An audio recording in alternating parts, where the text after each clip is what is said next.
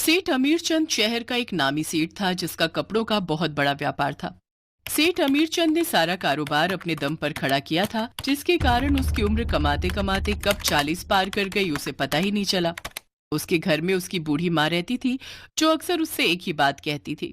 अमीरचंद, कब से तुझसे कह रही हूँ बेटा, शादी कर ले, शादी कर ले। सारी उम्र तेरी कमाते कमाते निकल गई। कल को मैं नहीं रहूंगी तो फिर तेरा ख्याल कौन रखेगा?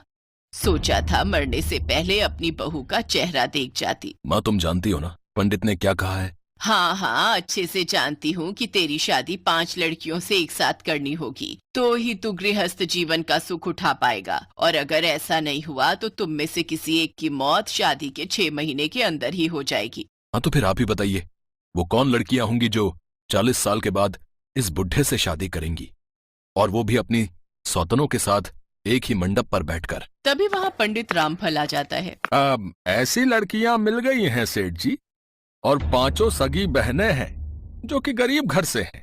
मैंने उनकी माँ से बात कर ली है, हम कल ही उनके घर जाएंगे। अगले दिन सेठ अमीरचंद अपनी माँ और पंडित के साथ आशा देवी के घर पहुंच जाते हैं, जहां वो 5 बहनों गुंजन, कुसुम, सीमा, पायल, निधि को पसंद कर लेता है। फिर एक ही मंडप में शादी कर 5 को दुल्हन बनाकर घर ले आता है। शादी की पहली रात सेठ अमीरचंद अपनी 5 पत्नियों के साथ बारी बारी से समय बिताता है। फिर शादी के 2 दिन बाद जब अमीरचंद ऑफिस जाने के लिए तैयार होता है, तो वो अपनी माँ को आवाज लगाते हुए कहता है, माँ, मेरा सफेद कुर्ता पजामा कहाँ है? ये लीजिए जी, आपका सफेद कुर्ता पजामा, ये आपका बैग, ये आपका पर्स, ये आपकी घड़ी और ये आपके जूते जी। अब आप जल्दी से तैयार हो जाइए, आपके लिए नाश्ता लगा दिया है। ये सब देखकर सेठ जी के नौकर आपस में बात करते हुए कहते हैं, अरे वाह, क्या नसीब है हमारे सेठ का बिरजू है। पहले इन्हें एक नहीं मिलती थी और अब एक साथ 5-5 पत्नियां। हाँ, तो 5-5 पत्नियां पालना हर किसी के बस की बात भी तो नहीं है। ये कमाल हमारे सेठ जी ही कर सकते हैं। 5 बहनें मिलकर सेठ जी का खूब ख्याल रखती थी। ऐसे ही कुछ दिन बीतते हैं। एक रोज उनकी सास उनसे आकर कहती है, देखो बहुओं, अब मैं बूढ़ी हो चली हूँ, ना जाने कब ऊपर से बुलावा आ जाए। अब तुम मुझे जल्दी से खुशखबरी सुना दो, ताकि मैं मरने से पहले दादी बन पाऊं। वो सभी बहुओं से ये बात कहती है, लेकिन ऐसे ही शादी को 1 साल बीत जाता है, फिर भी एक भी बहू गर्भवती नहीं हो पाती। ये देख राजरानी कहती है, मुझे तो लगता है ये 5 बहनों में ही कमी है, इसलिए इनकी गरीब माँ इतनी जल्दी शादी के लिए मान गई थी। माँ जी, आप ऐसा क्यों कह रही हैं? हम सब पिछले 1 साल से कोशिश तो कर रही हैं ना। अब बच्चा नहीं हो रहा तो इसमें हमारा क्या दोष? हाँ माँ जी, ये भी तो हो सकता है कि प्रॉब्लम सेठ जी में हो। खबरदार, जो तुम सबने मेरे बेटे पर कोई लांछन लगाया तो। मेरा बेटा एकदम ठीक है, दोष तो तुम 5 में ही है। ये कहकर वो वहां से चली जाती है। हम 5 ही अगर गर्भ धारण नहीं कर पा रहे, इसका मतलब सेठ जी में ही कोई प्रॉब्लम है।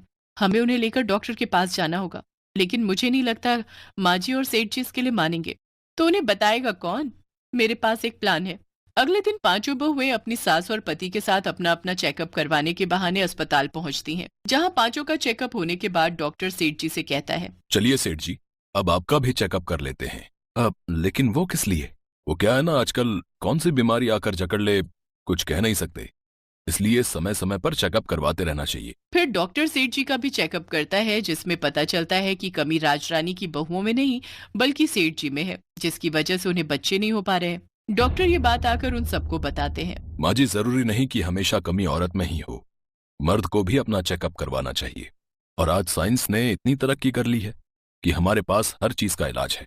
ये दवाइयाँ सेठ जी आप रोज दूध के साथ लीजिएगा, 1 महीने बाद आपको अपने आप रिजल्ट मिल जाएगा। डॉक्टर की बात सुनकर राजरानी को अपनी गलती का एहसास हो जाता है और वो अपनी 5 बहुओं से माफी मांगती है।